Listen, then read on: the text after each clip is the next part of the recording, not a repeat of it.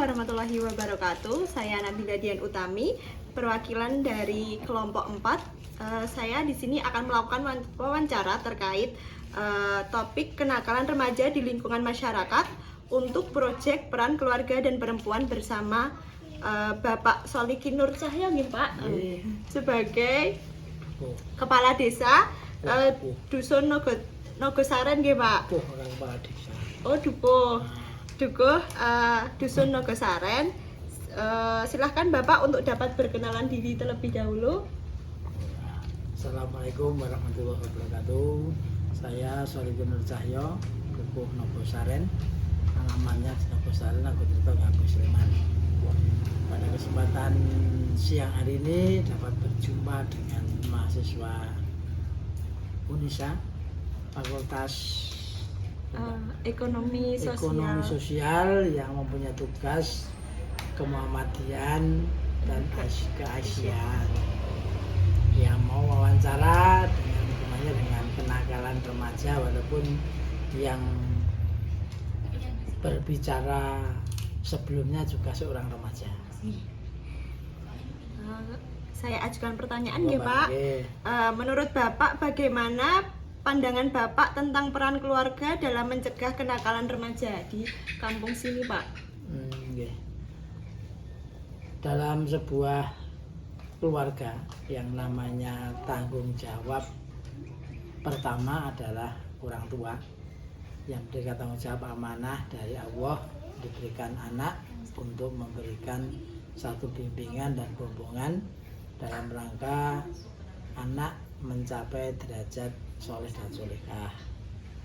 Dari situ peran keluarga sangatlah penting, karena pendidikan yang pertama kali dilakukan sebelum dia itu masuk di bidang pendidikan yang sifatnya internal, maka pendidikan keluarga adalah pendidikan yang paling utama dan pertama, sehingga pendidikan keluarga sangat penting dalam rangka membina anak-anak sebagai generasi penerus bangsa kita. Terus biasanya menghadapi kenakalan remaja yang seperti apa Pak untuk kampung sini guys? Kenakalan remaja yang ada di sekitar kita, terutama di Nogosaren itu ya kenakalan remaja yang sifatnya secara umum, kadangkala ya naik motor banter, kadangkala juga sekarang ini yang namanya berbahasa Jawa yang baik di kalangan remaja itu sangat kurang, karena kebanyakan mereka banyak menggunakan bahasa-bahasa ngoko yang secara ketata aturan menghormati sama orang tua itu jarang-jarang kurang. Kecuali itu juga adanya gesekan perkelahian antar remaja yang hubungannya dengan biasanya karena sesuatu hal, karena mereka itu kadangkala tidak dapat mengontrol emosinya sendiri, maka kadang-kadang terjadi gesekan antar remaja, sehingga di situ peran dari pemerintah terutama RT dan RW sangatlah harus ada dalam kegiatan itu, sehingga tidak terjadi gesekan antar remaja dengan remaja yang lain. Mungkin apa yang dapat dilakukan oleh keluarga untuk mencegah kenakalan tersebut Bapak? Yang pertama itu bimbingan kepada anak, karena bimbingan merupakan salah satu hal yang harus dilakukan kepada anak, sehingga bimbingan orang tua sangatlah harus dilakukan secara baik itu kepada remaja ataupun remaja yang lain. Yang kedua adalah kontrol dari orang tua yang kadangkala anak-anaknya itu pulang sampai malam kadangkala membawa HP tapi tidak pernah berkomunikasi dengan orang tua. Maka kontrol yang paling baik adalah bagaimana menggunakan media sosial yang ada untuk mengontrol putranya yang umpamanya sampai jam 10 malam kok belum pulang, tapi oleh orang tua sudah punya HP tapi tidak pernah dikontrol.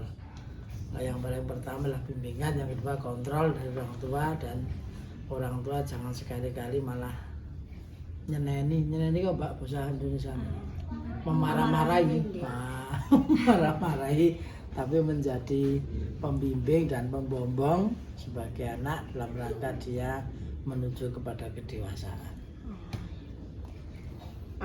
Menurut Bapak, apa dampak kenakalan remaja bagi masyarakat, Bapak? Kalau dampaknya cukup luas, Mbak. Dampaknya karena yang namanya kenakalan remaja kan menjadi tulang punggung pertama dalam rangka memajukan satu desa ataupun satu pedukuhan. Kalau ada dampaknya ya nanti dampak luarnya masyarakatnya tidak tentram.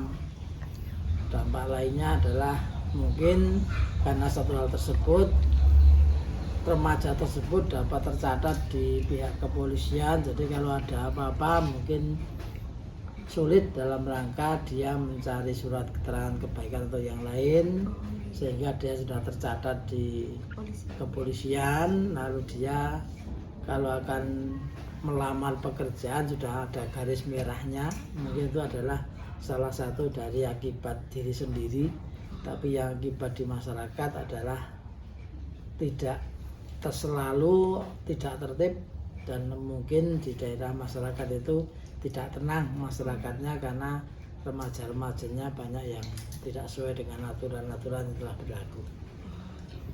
Di desa ini strategi apa ya Pak yang telah dilakukan untuk mengatasi kenakalan remaja tersebut? Yang pertama itu adanya kelompok-kelompok pemuda di tingkat RW ataupun kelompok muda tingkat pedukuhan yang tujuan adalah membimbing dan melatih kepada pemuda dalam rangka mandiri. Jadi tiap-tiap RW di pedukuhan ada 4 RW. Tiap-tiap RW itu mempunyai satu kelompok perkumpulan remaja sendiri-sendiri. Yang tiap RW itu pemuda itu di bawah naungan dari pengurus RW masing-masing sebagai pembimbing utama dalam rangka remaja itu mengembangkan kepribadiannya dan juga mengembangkan potensinya yang ada. Karena setiap remaja pastilah punya potensi, tinggal potensinya itu bagaimana remaja itu akan memanfaatkan potensi yang ada pada dirinya sehingga untuk kemajuan diri pribadinya dan kemajuan masyarakat. Seharusnya peran keluarga dan masyarakat dalam pencegahan kenakalan remaja itu seperti apa? Pencegahannya Mbak? Ya. Pencegahannya ya tadi lewat perkumpulan tadi, lewat ya. memberikan bimbingan kepada remaja, memberikan remaja itu untuk mengeluarkan potensi dan bakatnya sendiri, sehingga apa yang menjadi potensi dan bakatnya dapat dia salurkan dengan baik, tapi asalkan tidak menyalurkan bakat yang tidak baik. Jadi bakat-bakat yang baik disalurkan, seperti ada bakat seni, bakat teater dan lain sebagainya, bakat dalam bidang keorganisasian terutama, karena perkumpulan remaja kan tujuannya untuk mendidik anak remaja untuk dapat berorganisasi. Berorganisasi sendiri tujuannya adalah untuk dapat menghormati pendapat orang lain. Maka setiap kali perkumpulan itu kan pastilah ada satu orang, dua orang yang pendapatnya berbeda, maka di situ terjadilah yang namanya membimbing anak dalam rangka beda pendapat, tapi ketika beda pendapat itu dalam satu musyawarah sudah mufakat, maka yang lainnya juga harus ikut melaksanakan dari ketentuan yang sudah dilakukan. Jadi bimbingannya itu secara tergolong, secara kelompok bimbingannya. Kalau secara individual kan tergantung dari orang tuanya masing-masing bimbingannya di rumah itu. Karena seperti ketika anak remaja yang sering belum sampai umur tapi sudah mau merokok kan termasuk bimbingannya dari keluarga. Biasanya kalau seperti itu kan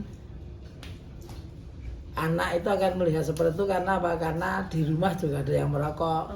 Oh, bapaknya merokok berarti aku nak merokok kira apa-apa.